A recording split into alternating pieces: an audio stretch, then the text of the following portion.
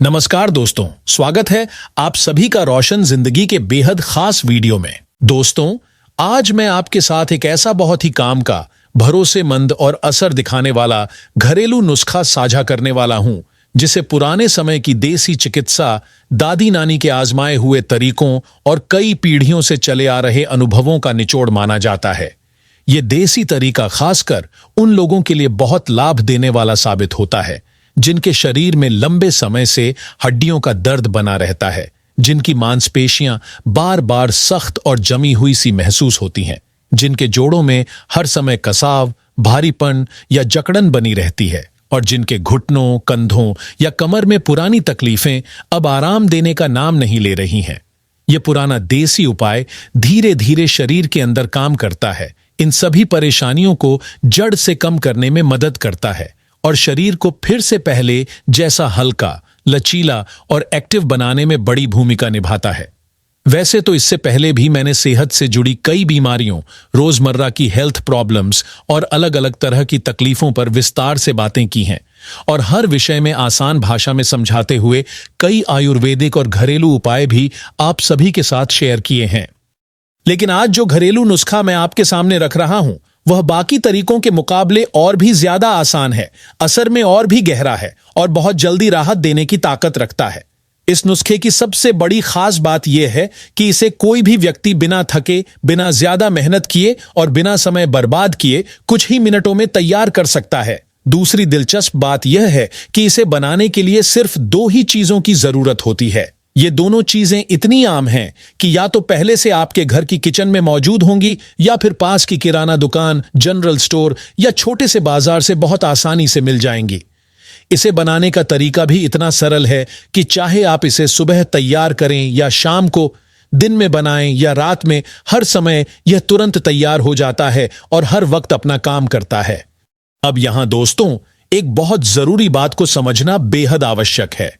इस देसी नुस्खे का पूरा लाभ तभी मिलेगा जब आप मेरी हर बात को ध्यान से सुनेंगे, हर एक लाइन को शांति से समझेंगे और बिना किसी जल्दबाजी के इसे अपनी रोजमर्रा की लाइफ में सही तरीके से अपनाएंगे। आप खुद सोचिए, अगर आपके कंधों में हमेशा ऐसा भारीपन बना रहता है जैसे किसी ने वहां वजन रख दिया हो, अगर कभी कभी अचानक सुई चुभने जैसा दर्द उठने लगता है, अगर घुटनों में हल्की तेज चुभन महसूस होती है या चलने पर जलन बढ़ जाती है, अगर हाथ पैर के जोड़ों में हमेशा कसाव या अकड़न बनी रहती है और अगर मांसपेशियों में लगातार खिंचाव, तनाव या हल्की पकड़ जैसी फीलिंग रहती है, तो यकीन मानिए यह देसी तरीका आपके लिए किसी चमत्कार से कम नहीं होगा। खासकर तब जब सीढ़ियां चढ़ते समय, कुर्सी से उठते वक्त या चलना शुरू करते ही दर्द बढ़ जाता है, उस समय यह नुस्खा आपके लिए बहुत बड़ी राहत बन सकता है। देखिए दोस्तों, हमारे शरीर के अंदर जब भी दो हड्डियां आपस में मिलती हैं तो वहां एक जोड़ बनता है जिसे आम भाषा में जॉइंट कहा जाता है। इस जोड़ के बीच में एक नरम, चिकनी और लचीली परत होती है जो कुशन की तरह काम करती है। आम बोलचाल में लोग इसे हड्डियों के बीच की गद्दी कह देते हैं, लेकिन मेडिकल भाषा में इसे कार्टिलेज कहा जाता है। यही कार्टिलेज दोनों हड्डियों को आपस में घिसने से बचाता है और मूवमेंट यानी चलने फिरने की प्रक्रिया को आसान और दर्द से दूर रखता है। लेकिन जैसे जैसे उम्र बढ़ती है या शरीर अंदर से कमजोर होने लगता है, यह कार्टिलेज धीरे धीरे पतला, कमजोर और सूखा सा होने लगता है। कई मामलों में यह परत इतनी ज्यादा घिस जाती है कि लगभग खत्म होने की हालत में पहुंच जाती है। जब यह कुशन जैसी सुरक्षा परत कम हो जाती है या खत्म हो जाती है, तब दोनों हड्डियां सीधे आपस में टकराने लगती हैं और यहीं से घुटनों, कंधों या किसी भी जोड़ में दर्द, सूजन, जलन और चलने फिरने में दिक्कत शुरू हो जाती है। बहुत से लोग बताते हैं कि उनके घुटनों में सुई जैसी चुभन होती है, कंधे सुबह उठते ही अकड़े रहते हैं और उंगलियां आसानी से मुड़ नहीं पाती। आपने भी अपने घर के बड़े बुजुर्गों को यह कहते हुए जरूर सुना होगा कि अब सीढ़ियां चढ़ना मुश्किल हो गया है, उंगलियां पहले जैसी मुट्ठी नहीं बना पाती और सुबह जमीन पर पैर रखते ही पैरों में तेज दर्द दौड़ जाता है। ये सभी लक्षण साफ साफ यह इशारा करते हैं कि उनके जोड़ों का कार्टिलेज काफी कमजोर हो चुका है या लगभग खत्म होने की स्थिति में पहुंच गया है। अब जो घरेलू उपाय मैं आपको बताने जा रहा हूं, उसकी सबसे खास बात यह है कि यह शरीर में कार्टिलेज को दोबारा मजबूत बनाने में मदद करता है, पुराने और कमजोर जोड़ों की हालत सुधारने में सहयोग देता है और हड्डियों को फिर से मजबूत, टिकाऊ और लचीला बनाने में अपना योगदान देता है। जैसा कि मैंने पहले भी बताया, इसे बनाने के लिए सिर्फ 2 चीजों की जरूरत होती है, लेकिन उन चीजों को किस तरीके से मिलाना है, कब मिलाना है, कितनी मात्रा रखनी है और किस तरह इस्तेमाल करना है, यह समझना बहुत जरूरी है। इसलिए मेरा आपसे यही निवेदन है कि पूरी बात को शांति से समझें, हर लाइन पर ध्यान दें और इसे अपनी रोजमर्रा की लाइफ में अपनाकर पूरा फायदा जरूर उठाएं। तो दोस्तों, इस नुस्खे की शुरुआत होती है एक साफ सुथरी, चमकदार और पूरी तरह सूखी कांच की बोतल से। यहां सबसे जरूरी बात यह है कि यह बोतल किसी भी हालत में प्लास्टिक की नहीं होनी चाहिए। यह सिर्फ और सिर्फ ग्लास की ही होनी चाहिए, क्योंकि जब भी कोई तेल, खासकर देसी, आयुर्वेदिक या हर्बल नुस्खों में इस्तेमाल होने वाला तेल प्लास्टिक के कंटेनर में रखा जाता है, तो प्लास्टिक के अंदर मौजूद केमिकल्स धीरे धीरे तेल की क्वालिटी को खराब करने लगते हैं और उसका असर कम हो जाता है। अगर आपके घर में पहले से सरसों का तेल मौजूद है, तो आप चाहें तो उसका उपयोग कर सकते हैं, लेकिन अगर आप चाहते हैं कि यह नुस्खा और ज्यादा असरदार, ज्यादा गहरा और ज्यादा लाभ देने वाला बने, तो मेरी सच्ची सलाह यही है कि सरसों के तेल की जगह तिल का तेल इस्तेमाल करें, क्योंकि तिल का तेल पूरी तरह नेचुरल होता है, बिना मिलावट का होता है, बिना किसी केमिकल के होता है और प्राचीन समय से हर तरह के दर्द को कम करने का भरोसेमंद उपाय माना गया है। आयुर्वेद में तिल के तेल को सबसे उत्तम, सबसे प्रभावी और सबसे सुरक्षित तेल बताया गया है। यहां तक कि पुराने धार्मिक और आयुर्वेदिक ग्रंथों में भी यह उल्लेख मिलता है कि तेल शब्द की असली उत्पत्ति तिल शब्द से मानी जाती है और बाकी तेल बाद में अस्तित्व में आए। आयुर्वेद की प्रसिद्ध किताब अष्टांग हृदय में भी साफ साफ बताया गया है कि जो व्यक्ति रोजाना तिल के तेल से हल्के हाथों से पूरे शरीर की मालिश करता है, वह जीवन भर घुटनों के दर्द, जोड़ों की अकड़न और शरीर के अलग अलग हिस्सों में होने वाली तकलीफों से काफी हद तक दूर रहता है। इसलिए दोस्तों, मेरी यही सलाह है कि इस घरेलू उपाय में सरसों के बजाय तिल के तेल का ही इस्तेमाल करें, ताकि इसका असर तेज हो, गहरा हो और आपको जल्दी राहत महसूस हो। अब दोस्तों, इस पूरे देसी, भरोसेमंद और परंपरागत घरेलू इलाज को सही तरीके से पूरा करने के लिए हमें एक और बहुत जरूरी, ताकत से भरपूर और जल्दी असर दिखाने वाली चीज की आवश्यकता पड़ती है, और वह चीज है कपूर। कपूर का नाम लगभग हर घर में जाना पहचाना होता है, क्योंकि आमतौर पर इसका इस्तेमाल पूजा पाठ, आरती और अलग अलग धार्मिक कामों में किया जाता है। लेकिन दोस्तों, कपूर का उपयोग सिर्फ पूजा तक सीमित नहीं है। आज के समय में लोग कपूर का सहारा बंद नाक खोलने के लिए, सांस लेने में आसानी लाने के लिए और यहां तक कि शरीर के अंदर ऑक्सीजन लेवल को बेहतर रखने के लिए भी लेने लगे हैं।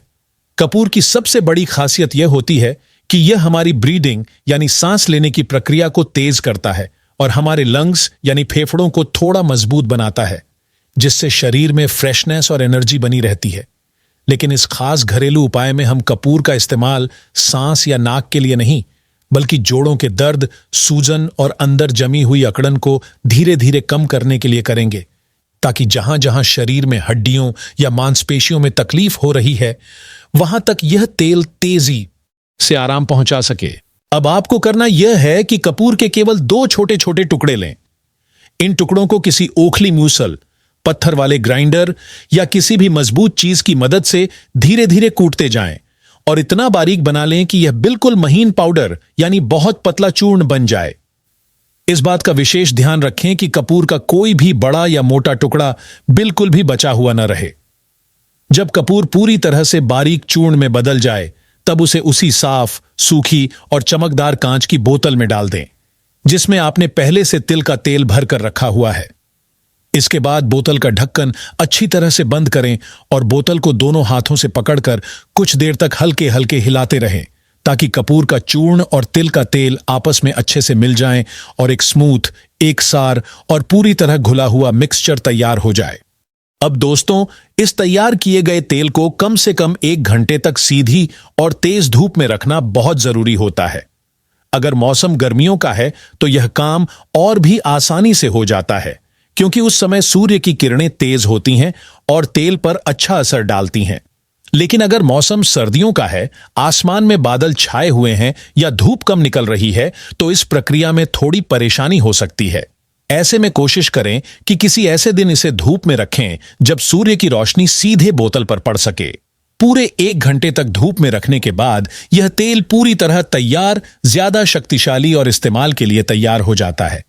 अब सबसे जरूरी और ध्यान देने वाली बात यह है कि इस तेल का इस्तेमाल किस समय और किस तरीके से किया जाए ताकि इसका असर ज्यादा गहरा और लंबे समय तक टिकने वाला बने।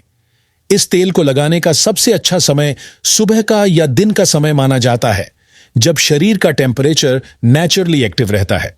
कोशिश करें कि सूर्यास्त के बाद देर शाम या रात में सोने से ठीक पहले इसका उपयोग न करें, क्योंकि उस समय शरीर का टेम्परेचर थोड़ा धीमा हो जाता है और तेल उतना गहरा असर नहीं दिखा पाता। जब आप तेल लगाने के लिए बैठें तो अपनी दोनों हथेलियों में इस तेल की अच्छी मात्रा लें और हथेलियों को आपस में हल्के हल्के रगड़ें। जैसे ही हथेलियों में हल्की गर्माहट महसूस हो, उसी समय इस तेल को उस हिस्से पर लगाना शुरू करें जहां दर्द, अकड़न, जलन या सूजन की शिकायत रहती है। आप इस तेल को घुटनों, कंधों, कमर, पीठ, टखनों, उंगलियों या शरीर के किसी भी जोड़ पर लगा सकते हैं। लेकिन इस बात का ध्यान रखें कि मालिश हमेशा हल्के हाथों से ही करें। किसी भी तरह की जोर जोर वाली या दबाव वाली मसाज बिल्कुल भी ना करें। यह तेल धीरे धीरे त्वचा के अंदर जाकर अपना काम करता है और जितना आसान इसे बनाना है, उतना ही गहरा और लंबे समय तक असर यह शरीर पर छोड़ता है। अब अगर आप चाहते हैं कि इस तेल की ताकत और गुण लंबे समय तक बने रहें, तो यह जरूरी है कि आप रोज इस बोतल को कम से कम आधे घंटे तक धूप में जरूर रखें। आधे घंटे बाद बोतल को वापस घर के अंदर किसी सुरक्षित और साफ जगह पर रख दें। इस तरह जब यह तैयार तेल रोज सूर्य की किरणों से प्राकृतिक ऊर्जा और गर्मी लेता रहता है, तो इसमें सूर्य चिकित्सा यानी सन थेरेपी का गुण अपने आप जुड़ जाता है। इस प्रक्रिया से इसकी औषधीय शक्ति और भी बढ़ जाती है और यह शरीर के अंदर जाकर तेज और प्रभावी तरीके से काम करने लगता है। अब अगर आप चाहते हैं कि शरीर के पुराने, जिद्दी और कई वर्षों से चले आ रहे दर्द हमेशा के लिए खत्म हो जाएं, तो केवल तेल लगाना ही काफी नहीं है, बल्कि आपको अपनी कुछ रोजमर्रा की आदतों पर भी ध्यान देना पड़ेगा।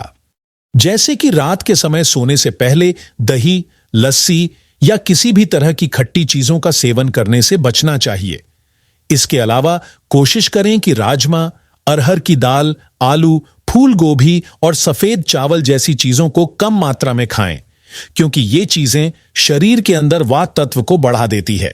जब शरीर में वात ज्यादा बढ़ जाता है, तो जोड़ों के अंदर मौजूद नेचुरल मॉइस्चर यानी प्राकृतिक नमी धीरे धीरे सूखने लगती है और कार्टिलेज, जो दोनों हड्डियों के बीच कुशन की तरह काम करता है, कमजोर होकर धीरे धीरे खत्म होने लगता है। इसी वजह से वात बढ़ाने वाली चीजों से दूरी बनाना बहुत जरूरी माना जाता है। इसके साथ साथ कुछ और आसान लेकिन असरदार घरेलू तरीके भी हैं जो शरीर के अंदर जमा अतिरिक्त वात यानी हवा को बाहर निकालने में मदद करते हैं। इनमें सबसे सरल और असरदार उपाय है मेथी के दाने। आपको हर रात सोने से पहले 1 चम्मच मेथी के दाने साफ पानी में भिगोकर रख देने हैं और अगली सुबह उठते ही खाली पेट इन भीगे हुए दानों को अच्छी तरह चबा चबा कर खा लेना है। यह तरीका शरीर के अंदर की फालतू गैस, सूजन और भारीपन को बाहर निकालने में काफी मदद करता है और इससे जोड़ मजबूत रहते हैं तथा दर्द लंबे समय तक दूर बना रहता है। इसके अलावा एक बेहद आसान लेकिन ताकतवर योगासन है पवन मुक्त आसन। अगर आप इस आसन को रोज 1 या 2 बार आराम से करते हैं, तो शरीर में जमा अतिरिक्त हवा बाहर निकल जाती है, पेट हल्का महसूस होता है और जोड़ों का दर्द धीरे धीरे कम होने लगता है। इससे शरीर का पूरा सिस्टम थोड़ा रिलैक्स होकर प्राकृतिक तरीके से खुद को ठीक करने लगता है। तो दोस्तों, इस खास और असर दिखाने वाले घरेलू उपाय में हमने कुल 3 चीजों का उपयोग किया है। पहली चीज तिल का तेल, दूसरी चीज कपूर और तीसरी चीज मेथी के दाने। अगर आप इन तीनों चीजों को ठीक उसी तरीके से अपनाते हैं जैसा यहां विस्तार से बताया गया है और रोज नियम से इसका पालन करते हैं, तो आप अपने शरीर के लंबे समय से चले आ रहे पुराने दर्द, अकड़न, जकड़न और सूजन जैसी परेशानियों से काफी हद तक छुटकारा पा सकते हैं और एक हेल्दी, एनर्जेटिक और बिना दर्द वाली जिंदगी की ओर आगे बढ़ सकते हैं। अगर आपको यह वीडियो उपयोगी लगा हो तो इसे जरूर लाइक करें, अपने दोस्तों और परिवार के साथ शेयर करें और हमारे चैनल को सब्सक्राइब करना ना भूलें ताकि आपको इसी तरह की और भी हेल्थ से जुड़ी जानकारी मिलती रहे। धन्यवाद।